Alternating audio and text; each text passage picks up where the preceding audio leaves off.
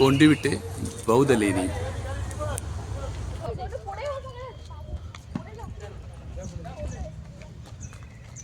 कोंडिविटे बौद्ध लेणी या बुद्ध लेणीला आज आपण भेट देत आहोत.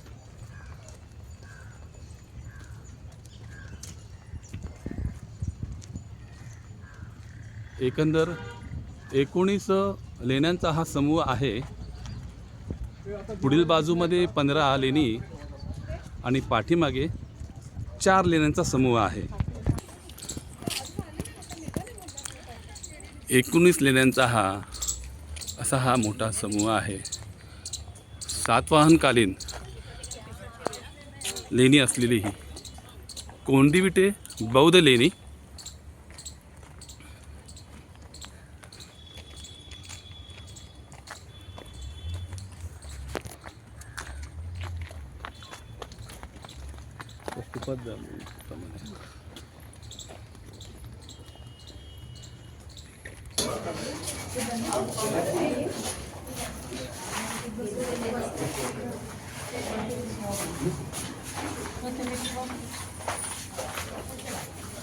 जय भीम सर्वांना. घाटामध्ये आणि नाणे घाटामधून एक वेगळा मार्ग निघतो. मग तो औरंगाबाद मार्गे अजिंठा वेरूळ आहे. कर्नाटकामध्ये किंवा आसाम ओरिसा पुढे तो विशाखापट्टणम बंगालकडे जातो. मध्य महाराष्ट्रातून जाताना आपण पुण्याची शेलारवाडी आहे. मध्येच आपल्याला कोकणामध्ये महाड येथे गांधारपाली लेणी आहे. त्याच्या समोर शेलारवाडी आहे. पुढे चिपळूणमध्ये आपल्याला पन्हाळकाजीची लेणी पाहायला मिळतील. खेडला ही लेणी पाहायला मिळतील. तर ही लेणी का बरं बांधली याचा कधी आपण अभ्यासच केलेला नाही. हा व्यापारी मार्ग होता आणि या व्यापारी मार्गावरती ही लेणी बांधण्याचं कारण व्यापारी राहत होते. आणि या महाराष्ट्रामध्ये प्राचीन महाराष्ट्रामध्ये महारट्ट असं म्हटलं जातं. देवानंद पियदसी राजा सम्राट अशोकाच्या काळामध्ये या राष्ट्राला महारट्ट आणि अपभ्रंश होऊन त्याचं महाराष्ट्र असं नाव झालेलं आहे. या ठिकाणी बौद्ध धर्म फोफावला, प्रसार झाला, त्याचा मोठ्या प्रमाणात प्रसार झाला. म्हणून आपल्याला या ठिकाणी बहुतांश लेणी आणि चैत्यग्रह विहार दिसून येतात. त्यातलंच हे एक लेणं आहे जे इसवी सनाच्या 2ऱ्या शतकामध्ये याची निर्मिती सुरू झाली महाराष्ट्रामध्ये. त्या काळी 2ऱ्या शतकामध्ये 2रे ते 4थे 5वे 6वे शतकामध्ये सातवाहन राजांची राजवट होती. सातवाहनानंतर मग वाकाटक आले, राष्ट्रकूट आले, चालुक्य आले, क्षत्रप आले, सातकर्णी आले. यांची या राज्याने या महाराष्ट्रावरती आणि त्याच्या अवतीभोवतीच्या प्रदेशावरती राज्य केलेलं आहे. या लेणीचं नाव आहे, याला प्राचीन उदयगिरी असं म्हटलं जातं. हे कोंदिविटे गाव आहे आणि उदयगिरीचे मग असं म्हटलं जातं, बाहेर बोर्डवर लिहिलेलं आहे की उदयगिरीचं उंदेरी झालं आणि उंदेरीचं अपभ्रंश होऊन अंधेरी झालं. हा जो स्तूप आपण पाहत आहोत हा 2ऱ्या शतकामध्ये सातवाहनांच्या काळामध्ये याची निर्मिती झालेली आहे. हा गोलाकार जो स्तूप आहे हा आपण बघतो. हा स्तूप स्थैर्यवादी बौद्ध धर्मामध्ये 3 पंथ आहेत. थेरवादी म्हणजे हीनयान पंथ, त्यानंतर महायान पंथ आणि वज्रयान पंथ, हे 3 पंथ अस्तित्वात होते. त्यातला हा जो स्तूप आहे तो थेरवादी हीनयान स्थविरवादी आपण जो म्हणतो त्या पंथाचा स्तूप आहे. याचं असं वैशिष्ट्य आहे की सम्राट अशोकानं त्याच्या राज्यामध्ये बिहारमध्ये जी बार्बरा हिल आहे त्या बार्बरा हिल मध्ये आजीवकांना लेणं खोदून दिलं होतं. आणि ते लेणं कसं होतं, आपण ग्रॅनाइटचा जो कट्टा वापरतो, ग्रॅनाइट फरशी जी वापरतो, त्या ग्रॅनाइटच्या त्या डोंगरावरती त्याने ती लेणी कोरलेली होती. हा जो आहे बार्बरा हिल आहे हा. आणि ज्या ठिकाणी अशोकानं हे पहिले जे लेणं खोदलं भारतामध्ये ते याच ठिकाणी हे बार्बरा हिल मधलं लेणं आहे. त्याचं हे प्रवेशद्वार आहे आणि ही लेणी पूर्णतः ग्रॅनाइटच्या त्या खडकामध्ये खोदलेली आहे. त्यामुळे त्याची आपण म्हणतो झलाकी किंवा सकसकीतपणा आपला तिथे आढळून येतो. तशाच प्रकारचं हे लेणं आहे, गोलाकार आहे. बहुतांश महाराष्ट्रामधलं हे पहिलं लेणं असावं जे वर्तुळाकार आपल्याला दिसत आहे. या ठिकाणी हा एक लेख आहे, ज्यानं हे लेणं दान दिलेलं आहे, त्याचा हा शिलालेख आहे.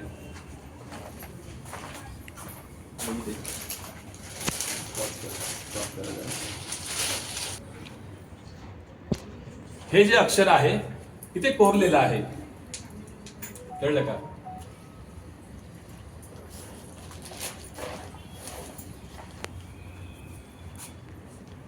MMRDचं एक पुस्तक आहे, त्याच्यामध्ये त्या बुक्स मध्ये याचा उल्लेख कसा केलेला आहे, जे heritage awareness for the caves in MMRD prepared for the MMRD ह्या पुस्तकामध्ये असं म्हटलेलं आहे, gift a vihara with his brother by the Pitamba a Brahmans of the Gautama gotra and inhabited and of Pachchikamma असं इंग्लिश मध्ये म्हटलेलं आहे.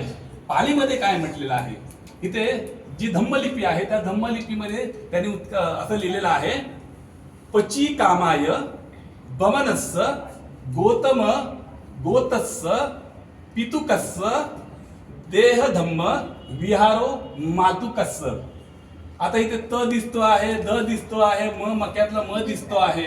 ही लिपी आहे, ही धम्मलिपी आहे ज्याला आपण पाली म्हणतो. ह्या शिलालेखाची मी लिपी उचलून घेतलेली आहे तुमच्या माहिती करता. म्हणजे त्याचा असा अर्थ आहे की पच्चीकामाय बमनस्य गौतम गोतस्य, म्हणजे गौतम गोत्र असलेल्या ब्राह्मणाने जो पच्चीकामाय इथल्या ठिकाणचा होता त्यांनी हे विहार दान दिलेलं आहे. म्हणजे हे विहार कुणीतरी दिलेलं आहे ना, मालक, त्याने हे दान दिलेले. हा शिलालेख आहे, परंतु हा कालांतराने नष्ट होत चाललेला आहे. इथे म दिसतोय आपल्याला, व दिसतो आहे, व दिसतो आहे. आपण त्याचा अभ्यास केला तर ही लिपी आपल्याला वाचता येईल. आता पुढे आहे, जेव्हा महायान पंथाची सुरुवात झाली त्या महायान पंथामध्ये ही शिल्प कोरलेली आहे. तत्पूर्वी काय होतं, हा स्तूप होता.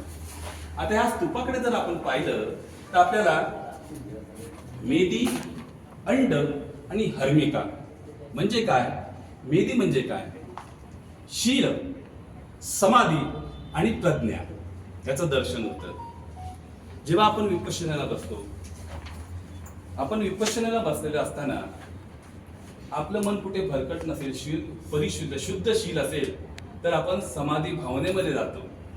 समाधी भावनेमध्ये गेल्यानंतर आपल्याला जगाचा विसर पडतो आणि आपण आपल्यामध्ये गुंतून जातो आणि आपली प्रज्ञा पय्या, जसं पालीमध्ये पय्या म्हटलं तर ती प्रज्ञा जागृत होते. त्याचं हे प्रतीक आहे मेदी, अंड आणि हर्मिका. आता ही हर्मिका ही तुटलेली आहे, ही आहे वेदिका पट्टी. वेदिका पट्टीला म्हणतात अशोकन पद्धती. सम्राट अशोकानं ज्या ज्या ठिकाणी लेणी बांधली त्या ठिकाणी तुम्हाला ही वेदिका पट्टी आपल्याला दिसता येईल. आपण सांचीचा स्तूप पाहिला किंवा इतर कुठल्याही लेण्यांमध्ये गेला तर ही वेदिका पट्टी दिसेल. ही समजायचं ही अशोकन स्टाईल आहे. त्याच्यानंतर हे आहे अंड. अंड म्हणजे काय, नवीन जीवाची उत्पत्ती. मेदी, अंड आणि हर्मिका, शील, समाधी, पय्या. वरती आपल्याला हर्मिका दिसते पण ती हर्मिका तुटलेली आहे, तुटलेली आहे. आता स्तूपच का बांधला, भगवंतांनी म्हटलेलं आहे की माझी पूजा करायची असेल तर कशी करायची, जिथे 4 लोक येतात जातात, ज्या ठिकाणी 4 रस्ते किंवा लोकांचा जिथे ये जा आहे, वहिवाट आहे, अशा ठिकाणी एक स्तूप बांधावा आणि त्या स्तूपावरची माला, गंध, पुष्प आणि सुगंधी द्रव्याने तुम्ही पूजा करावी. आपण म्हणतो ना पुष्प पूजा करतो ना, वन्न गंध गुणोपेतन येतन कुसुम संतती, ही स्तूप पूजा आहे. तो हा स्तूप आहे. या स्तूपामध्ये काय बरं असेल तर या ठिकाणी जे वास्तव्य करणारे जे आचार्य किंवा भिक्खू संघ होतात त्यातील एखादा अहंत भिक्खू जो असेल त्याचं निब्बाण झाल्यानंतर त्याचे शारीरिक धातू या स्तूपामध्ये ठेवले जाईल. आता बरं कसं ठेवलं असेल, तर हा जो गोल स्तूप आहे त्या स्तूपाचा एखादा छोटासा भाग काढून कोरून त्यामध्ये शारीरिक धातू विधीवर पूजा विधीने ठेवून त्याच्यावर पुन्हा तो जो तुकडा जो होता दगडाचा ठेवला जायचा आणि तो पॅक केला जायचा. अशा प्रकारे हा स्तूप तयार झालेला आहे. आता समोर आपण बघतो आहे भगवान बुद्धांची धम्मचक्र पवतन मुद्रेतील ही शिल्प आहे. दिसतंय का हे पहिलं शिल्प पहा. हात बघा, दिसतंय का? हे आहे, हे पण तसंच आहे, हे पण बघा. धम्मचक्र पवतन सगळी मुद्रा बघा आहे ना, सर्व मुद्रा तशाच आहेत. इसवी सनाच्या दुसऱ्या शतकात नंतर महायान पंथ फोफावला आणि मूर्तिकलेचा उदय झाला. त्या काळामध्ये या मूर्त्या कोरलेल्या आहेत. आपल्याला वरती बघा हे गंधर्व दिसत आहेत, आकाशमार्गे येणारे गंधर्व आहेत. बाजूला दोन बोधिसत्व आहेत, दोन बोधिसत्व उभे आहेत. मध्ये भगवान बुद्धांची ही धम्मचक्र पवतन मुद्रेतील ही मूर्ती आहे, परंतु काही जण नष्ट केलेली आहे. आणि मूर्ती कशी बरं आहे बघा, सिंहासनावर बसल्यासारखी दिसते, चौथऱ्यावर बसलेली आहे. मध्ये पाय कशावर आहे, कमल दलावरती आहे, कमळ आहे. आणि त्या कमळाखाली हे नागराजे दिसत आहेत. नागराजे त्यांनी हे कमल उचलून धरलेलं आहे. म्हणजे भगवंतांचा धम्म त्यांनी ते भगवंताचे अनुयायी होतेच, पण त्यांनी धम्म तारलेला आहे किंवा धरलेला आहे असं समजायला हरकत नाही. आणि या नागराजाचे कुटुंबही या ठिकाणी आपल्याला दिसतात. 5 नागराजे होते माहिती आहे ना, अनंत, तक्षक, कर्कोटक, पिंगुळा आणि वासुकी, हे 5 नागराजे होते. जसं आपण म्हणतो की सोमवंशी, यदुवंशी म्हणतो की नाही, मी सूर्यवंशी आहे, मी चंद्रवंशी आहे, तसे आपण नागवंशी आहोत. फक्त ते चिन्ह म्हणून ते नाग दाखवलेलं आहे. ते नाग काय सरपटणारे नाग नव्हते, मनुष्य गणच होता, परंतु ते चिन्ह मूर्तिकाराची ती कला आहे, त्याने ते नाग दाखवलेले आहेत, फणे दाखवले आहेत. आणि हे नागराजाचं ते कुटुंब आहे, त्याची पत्नी आहे, मुलं आहेत, त्यांच्या डोक्यावर नागाचा फणा दाखवलेला आहे. या इथे बोधिसत्व आहे. कदाचित ही मूर्ती भंग झालेली आहे, पद्मपाणी असू शकतील. बाजूला ही मूर्ती आहे. असं हे लेणं आहे, नष्ट होण्याच्या मार्गावर आहे. तिथे आपली वहिवाट असली पाहिजे.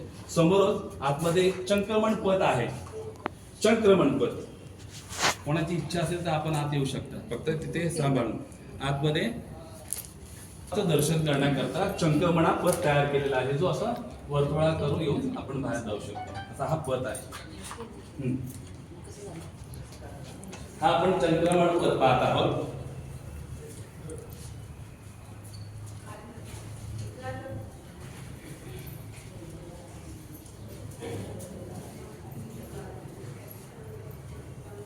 ही वेदिका पट्टी,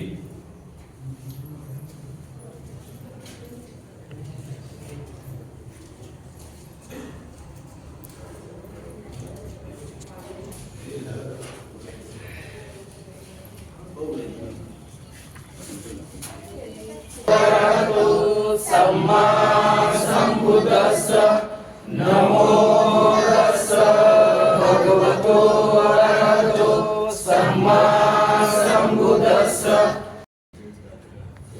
तर पुढे मध्ये गेल्यानंतर आपल्याला 2 खोबण्या दिसतील. या ठिकाणी एक लाकडी दरवाजा होता, जेणेकरून हे चैत्यगृह आहे ते बंद होईल. आणि मध्ये गवाक्ष होता, कालांतराने निसर्गाच्या नियमाप्रमाणे त्याचा ऱ्हास झालेला आहे. हे गवाक्ष असं होतं की पूर्व दिशेला जेव्हा सूर्य उगवायचा त्याची सोनेरी किरण ह्या चैत्यगृहावर पडत होती, अशी त्याची रचना होती. आणि बरोबर खाली एक कोंडिवटे गाव आहे, आता सध्या आपण त्याला मरोळ गाव असं म्हणतो, ते गाव आहे. आणि हे जे लेणं आहे ह्या टेकडीवर असणं आणि ते गाव यामधला जो अंतराचा जो फरक आहे, साधर्म आपण बाजूच्या विहारामध्ये गेल्यानंतर आपण विशद करणार आहोत. हे भिक्खू निवास आहे, लेणं क्रमांक 1. या ठिकाणी भिक्खूंना राहण्याकरता ही खोली असावी, निवासस्थान असावं. समोर आपल्याला त्याचं प्रवेशद्वार दिसतं आहे. कदाचित या ठिकाणी एखादा स्तूप, छोटासा स्तूप किंवा मूर्ती असावी असं आपल्याला याच्या एकंदर रचनेवरून आपल्याला दिसून येत आहे. लेणं क्रमांक 2 आपण पाहत आहोत. या ठिकाणी एक छोटा स्तूप कोरलेला आहे, आपण इथे पाहतो आहे. हीच ती स्तूपाची रचना आहे. आपल्याला इथे त्याचा बेस मेदी म्हणतो आपण. इथे वेदिका पट्टी आहे, हे अंड आणि ही हर्मिका आपल्याला दिसतंय. वरती हर्मिका आहे, मध्ये हे अंड आहे, ही वेदिका पट्टी आणि त्याचा मूळ पाया आपण म्हणतो, हा बेस आहे. हे आपल्याला दिसतंय. या ठिकाणी एक चौथराही आपल्याला दिसतो आहे. कदाचित त्या काळामध्ये दुसऱ्या किंवा तिसऱ्या शतकामध्ये महायान पंथीयांनी या ठिकाणी मूर्ती वगैरे कोरली असावी अशी शक्यता नाकारता येत नाही. आपण आता हा लेण्याचा जो भाग पाहत आहोत, हे लेणं कसं बरं कोरलं असेल.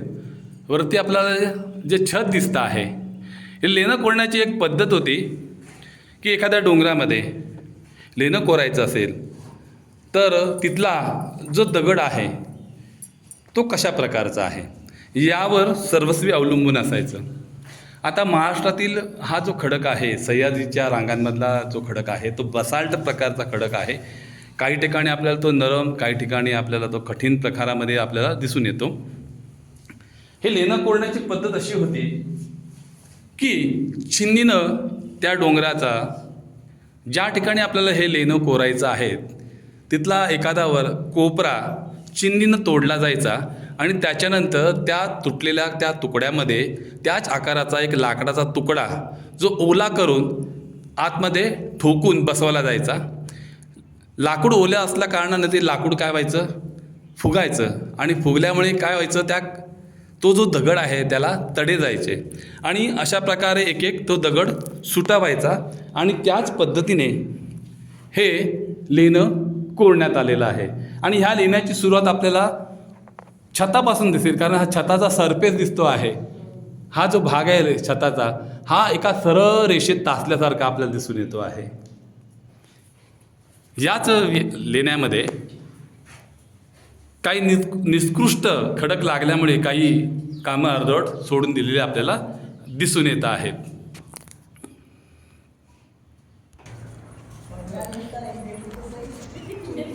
हा लेण्याचा जो मुख्य प्रवेशद्वार आहे त्याच्यावरती आपल्याला ही कमळं अर्थात पिंपळाच्या पानासारखी ही गवाक्ष दिसत आहेत आपल्याला. आणि या प्रवेशद्वाराची सुंदर अशी सजावट आपल्याला पाहायला मिळेल. अत्यंत देखणं असं हे कोरीव काम आहे.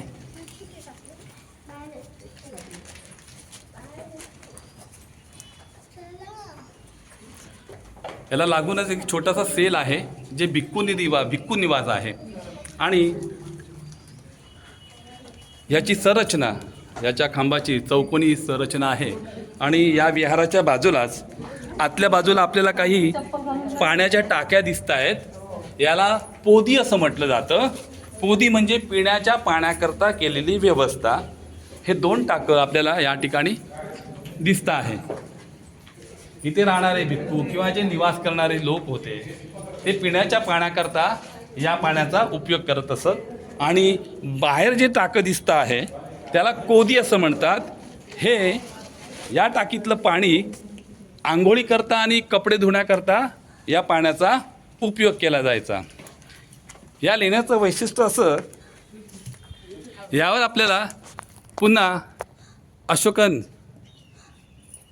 जी आपण वेदिका पट्टी पाहिली तशाच प्रकारचं बघा, ही अशोकाच्या काळातली म्हणजे मौर्य काळातली ही आपल्याला हे बांधकाम दिसतं आहे. म्हणजे त्याची जी पट्टी आहे, भिंतीची पट्टी आपण म्हणतो, ती मौर्यकालीन आपल्याला दिसते आहे.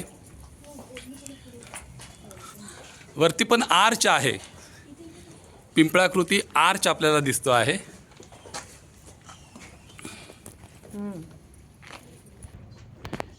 मौर्यकालीन रेलिंग्स आपण या ठिकाणी ती पाहत आहोत.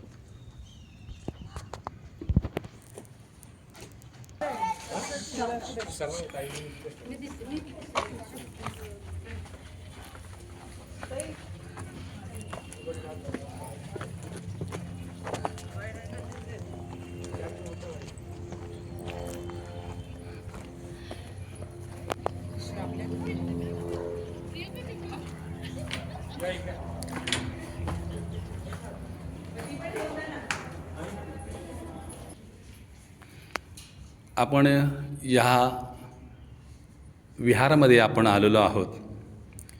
हे विहार आपण पाहत आहोत. आपल्याला समोर ही अशी बैठक दिसते आहे. ही चारी बाजूने चारी दिशेला अशी बैठक असून याच्या उजव्या आणि डाव्या बाजूला काही खोल्या दिसत आहेत, सेल्स. हे भिक्खू निवास आहे. या ठिकाणी भिक्खू निवास करायचे हे आपण सर्व पाहत आहोत. आपल्या उजव्या बाजूलाही काही खोल्या आहेत, आपण त्या प्रकाशामध्ये पाहू शकता. आतमध्ये वरांडे वगैरे आहेत. झोपण्याकरता आपण ते बेंच म्हणतो तशा प्रकारचे बेंच आतमध्ये दगडी आहेत. हे विहार आहे आणि या विहारामध्ये कदाचित मूर्ती असावी किंवा स्तूप बांधण्याचा प्रयत्न केला असावा असं एकंदर दिसतं आहे.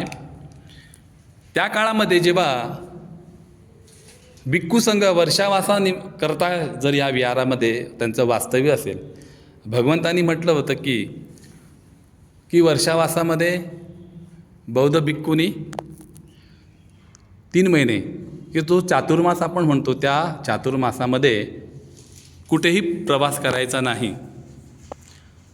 मग त्यांनी काय करायचं, एखाद्या गावाजवळ जाऊन त्या ठिकाणी वास्तव्य करायचं आहे. भगवंतांनी म्हटलेलं आहे की वर्षावासामध्ये भगवंत भिक्खू संघाला म्हणतात की चरत भिक्कवे चारिकं बहुजन हिताय बहुजन सुखाय लोकानुकंपाय अत्ताय हिताय सुखाय देव मनुसानन देसेत भिक्कवे धम्मे आदि कल्याणं मज्जे कल्याणं सात्तं सब्बं केवलं परिपुन्नं ब्रह्मचर्य पकासेत. भिक्खू संघाचं वास्तव्य या ठिकाणी असल्यानंतर हे भिक्खू या ठिकाणी राहायचे आणि सकाळी प्रातःकाळी उठून स्नानसंध्या झाल्यानंतर ते या ठिकाणी जमायचे. आपल्याला हे बसण्याकरता हे ओट्या पद्धतीने आपल्याला हे बांधकाम दिसतं आहे.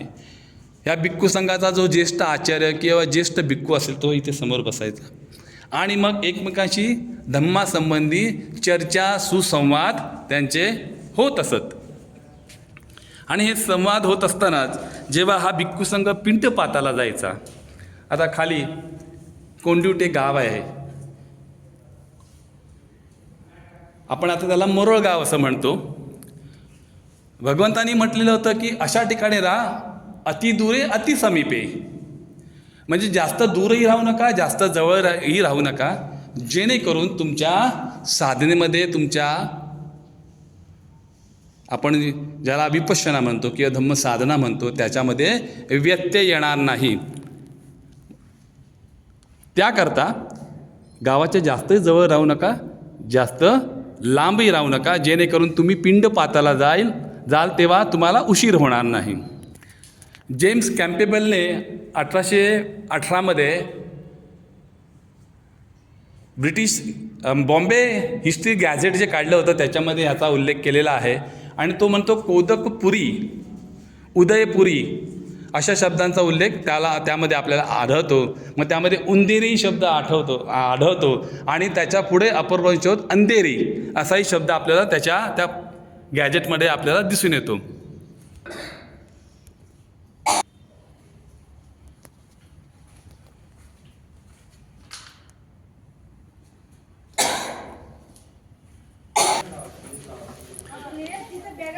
हे नागराजाचं प्रतीक आहे. या लेणीवरती कोरलेलं आहे. 5 नागराजे होऊन गेले. अनंत, तक्षक, वासुकी, कर्कोटक आणि पिंगुळा हे 5 नागराजे होऊन गेले.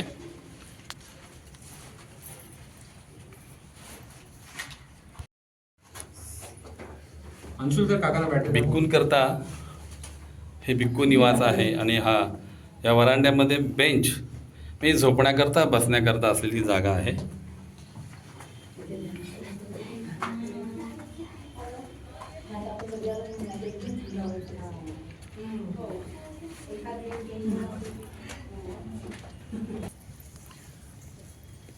जेव्हा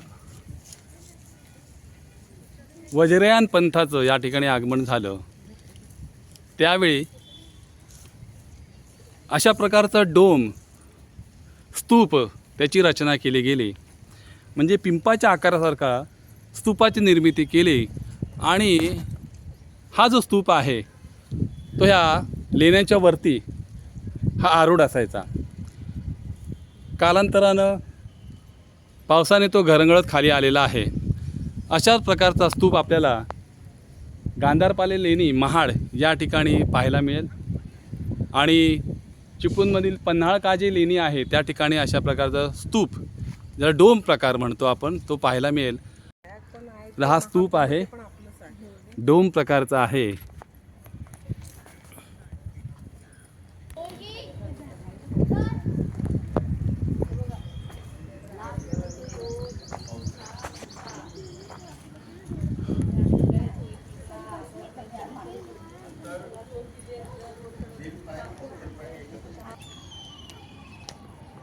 या लेण्यावर असलेली ही वेदिका पट्टी आपण पाहत आहोत. मौर्यकालीन वेदिका पट्टी आणि या लेण्यांचं बांधकाम हे सातवाहनकालीन इसवी सन पूर्व 2 ते 6वे शतक असा याचा कालखंड सांगितला जातो. हे काही सेल आहेत. या सेलमध्येही आपल्याला काही बेंचेस दिसत आहेत.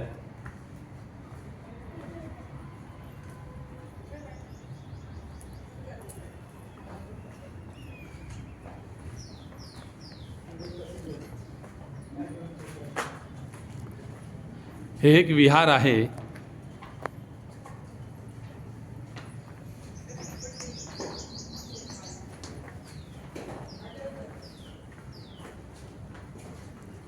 सुंदर देखणं असं त्याचं प्रवेशद्वार.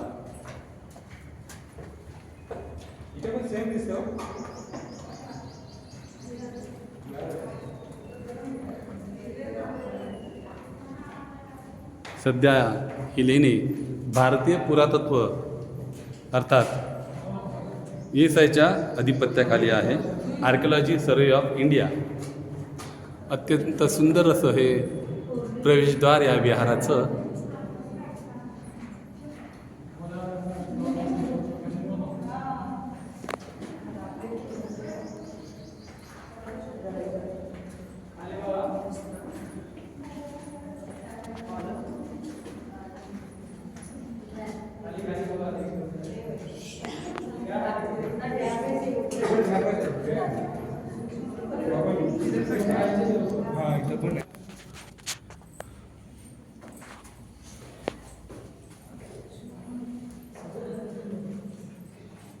या ठिकाणी काही बेंच आणि काही खोदकाम दिसतंय आपल्याला.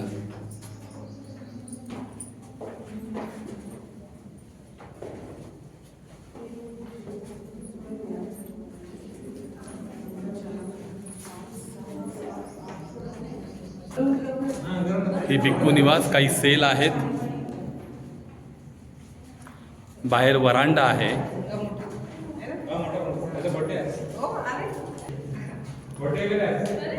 ओके.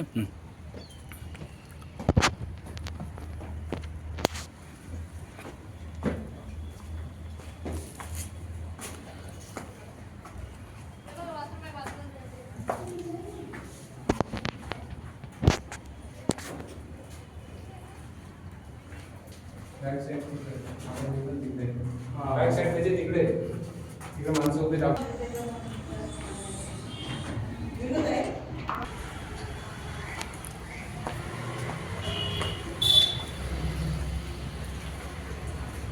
हा एक वरांडा आहे.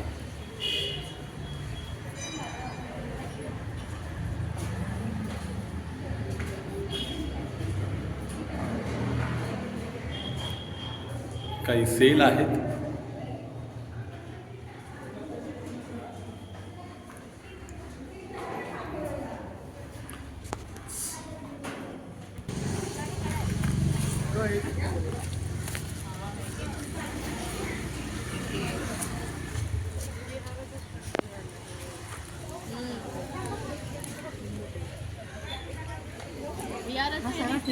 स्तूप आहे, स्तूप.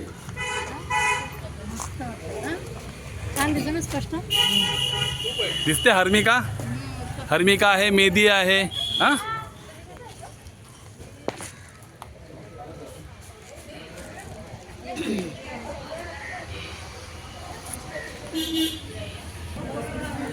अशा प्रकारे पूर्वाभूमिक एकंदर 15 लेण्यांचा समूह आणि पश्चिमाभूमिक 4 लेण्यांचा समूह अशी एकूण 19